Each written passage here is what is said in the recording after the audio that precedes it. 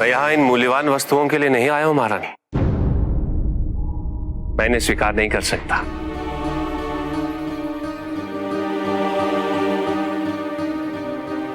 हम समझ गए। कदाचित तुम्हें अधिक पारिश्रमिक की अपेक्षा है।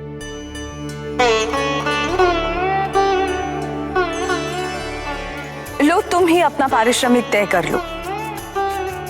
जो मांगोगे मिलेगा।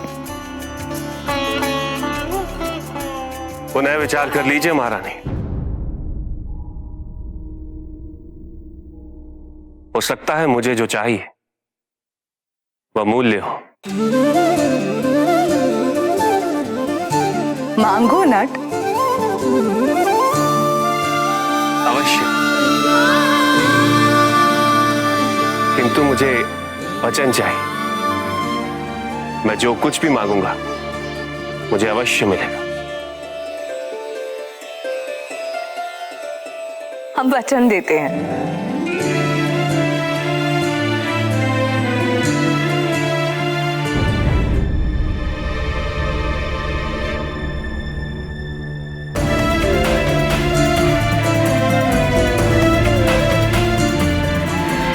मैं आपकी पुत्री से विवाह करना चाहता हूं।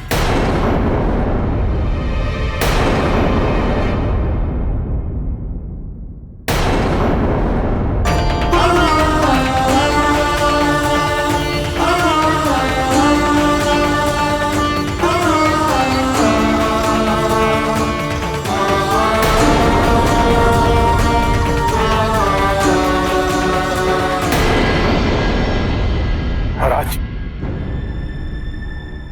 अपनी मर्यादा में रहो नट। हम तुम्हें तुम्हारी कला के कौशल का पारिश्रमिक देना चाहते थे और तुमने अपने ओछेपन का प्रदर्शन कर अपमान किया हमारा।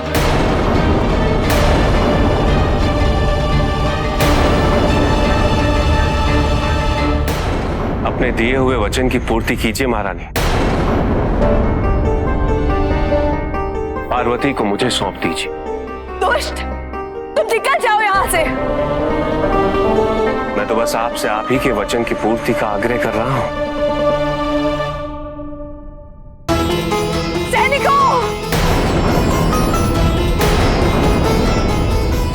अरे अरे, रुक जाइए। देवी, हमें क्षमा कीजिए।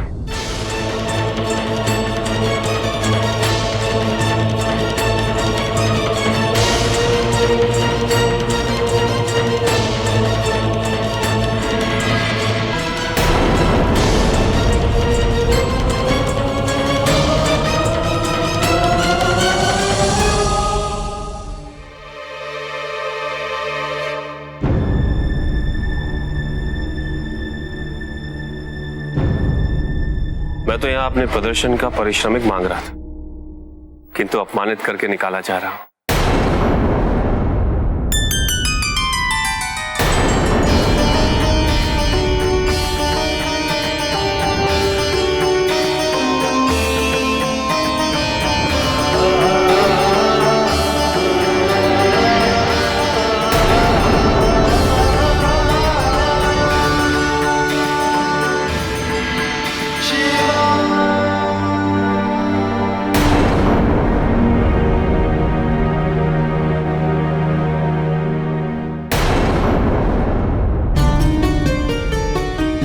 भगवान विष्णु के गले की माला इस नट के गले में कैसे आ गई?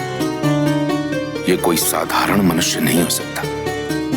किंतु यह है कौन? कौन है?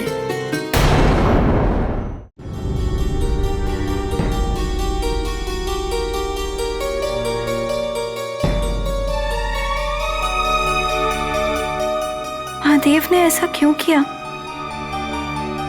कहीं माता द्वारा किए गए अपमान के पश्चात वो कहीं... पार्वती,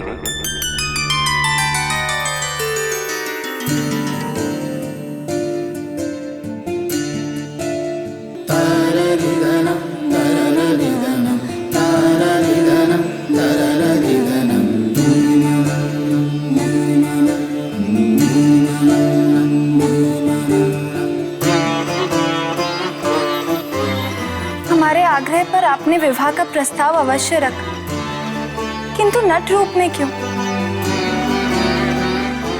हमारी माँ हमारा हाथ किसी साधारण नट को कभी नहीं सौंपेंगी। यदि आप अपने शिव रूप में आते तो माँ कभी मना नहीं करती।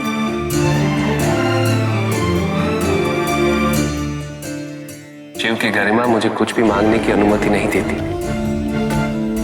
इसी कारणवश मैंने नट का रूप धारण किया और तुम्हारी माँ ने मुझे वचन भी दिया। मुझे पूर्ण विश्वास है पार्वती, शीघ्र ही वो अपने वचन की पूर्ति करेंगे।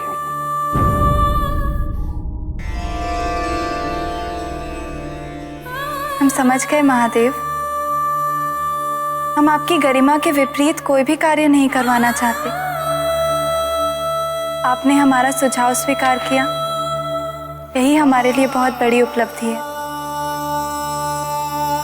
हमें विश्वास है कि हम माँ को मना लेंगे और जब उन्हें आपके वास्तविक रूप का बोध होगा तो वो स्वयं इस विवाह को अनुमति देंगे। यदि उसके पश्चात भी उन्होंने अनुमति नहीं दी? नहीं, उन्होंने आपको वचन दिया है, तो इस वचन की पूर्ति हेतु उन्हें हमारा विवाह आप ही से करवाना होगा।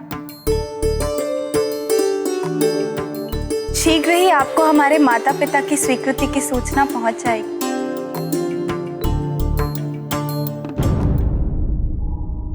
वो नट महादेव के अतिरिक्त और कोई नहीं हो सकता।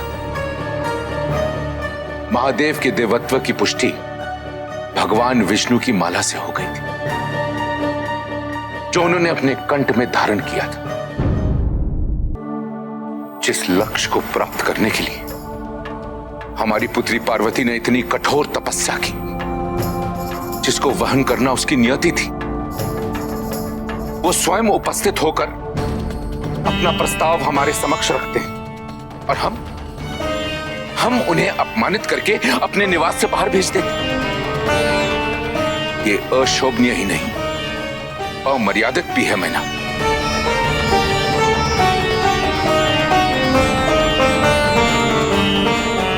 किंतु इस दुस्साहस के प्रति हमारी वही प्रतिक्रिया थी जो एक माँ की होनी चाहिए। हमें तो बिल्कुल भी आभास नहीं था कि वो नट शिव ही थे। मैना, हमें शिव से अपने आचरण के लिए क्षमा मांगनी होगी और उनसे विनती करनी होगी कि वो हमारी पुत्री पार्वती से शीघ्र विवाह कर ले। याद रहे मैना, किसी भी दंपत्ति के लिए कन्यादान से बढ़कर और कोई पुण्य नहीं हो सकता। और फिर हम तो भगवान को अपना जमाता बनाने जा रहे। हमारी मोक्ष प्राप्ति के लिए अब कोई संदेह भी नहीं। माँ, नटरूपी शिव तो आपको प्रसन्न करने आए थे। क्या तुम्हें पूर्ण विश्वास है कि वो नट शिव ही थे? हाँ माँ, हमें तो प्रथम दृष्टि में ही ज्ञात हो गया था। शिव ने ये अभिनय आपके और हमारे आनंद हेतु किया। अब आपको अपने वचन की पूर्ति द्वारा शिव को प्रसन्न करना चाहिए।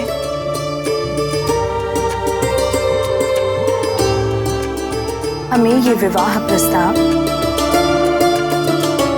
स्वीकार्य है। आपकी स्वीकृति की सूचना सर्वज्ञ महादेव तक कैलाश पहुंच गई होगी माँ।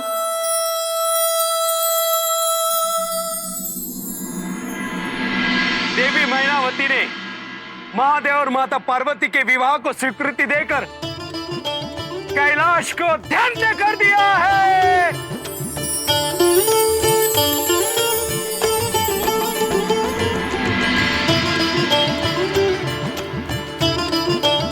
अब हम सब हिमावन की नगरी में नृत्य करेंगे और माता को आज ही कैलाश लेकर आएंगे।